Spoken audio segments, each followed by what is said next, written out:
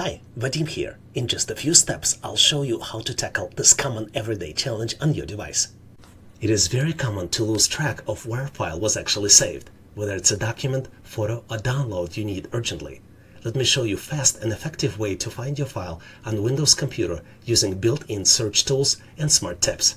Start by opening File Explorer. You can click the folder icon on your taskbar or just press Windows plus E on your keyboard. At the top right of the File Explorer window, use the search bar. Type in part of the file name, a keyword, or even a file extension like PDF or docx.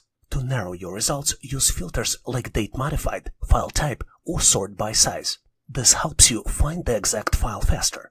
Search works best when folders are indexed. To check, right-click the folder, go to Properties, then Advanced, and make sure Allow Files to be Indexed is checked. For a full system search, press Windows S. This opens the global search tool, letting you search everything on your computer across all indexed locations. If you found this content helpful, don't forget to like, share, and subscribe to Online Training for Everyone. Have a great day.